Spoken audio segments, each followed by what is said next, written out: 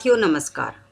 लगातार अपडेट हो रहे एजुकेशन पोर्टल 3.0 के लगभग सभी ऑप्शन हैं जो वो ओपन होने लगे हैं।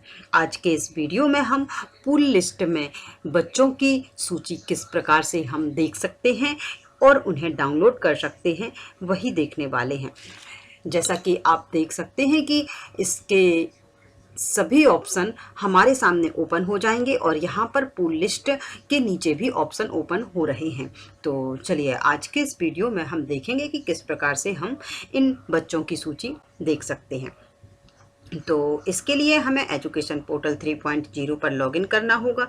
लॉगिन करने का तरीका वही रहेगा जैसा कि हम हर बार लॉगिन करते हैं। तो चलिए हम इस पर लॉगिन कर लेते हैं।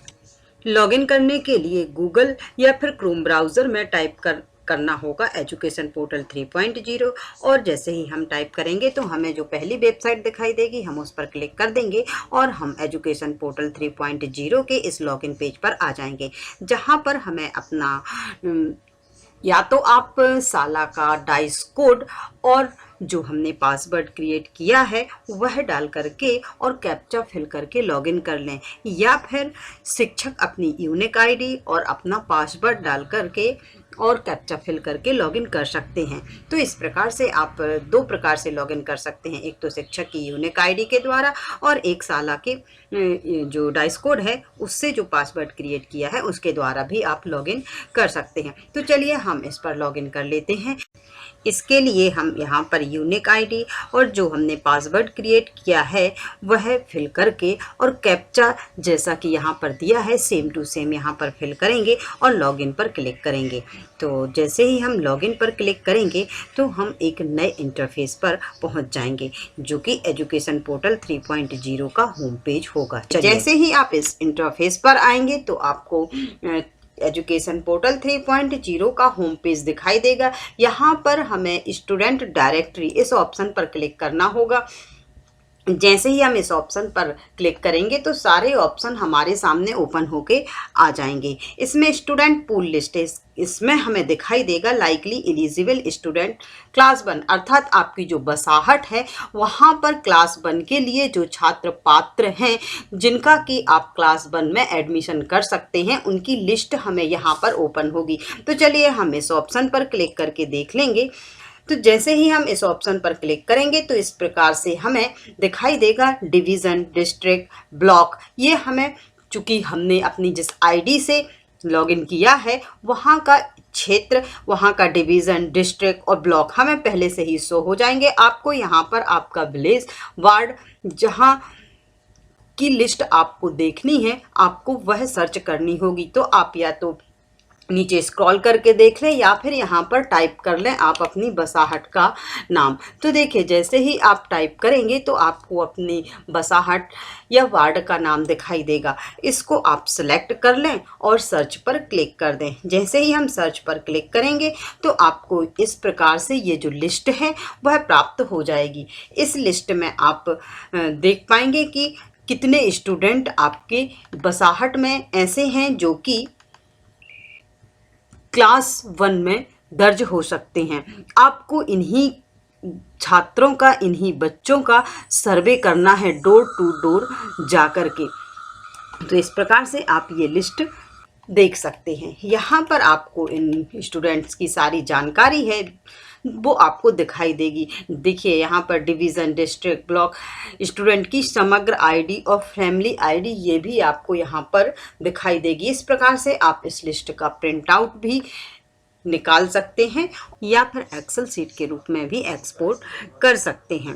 तो चलिए इस प्रकार से हमें बच्चों की, अपने बसाहट की बच्चों की जानकारी प्राप्त हो जाएगी। उनकी समग्र आईडी भी यहाँ पर दी हुई है और जब हम इस लिस्ट के अनुसार बच्चों का सर्वे कर लेंगे अपनी बसाहट में तो हमें पता चल जाएगा कि कक्षा 1 के लिए कौन से बच्चे इसमें से पात्र हैं आयु के अनुसार।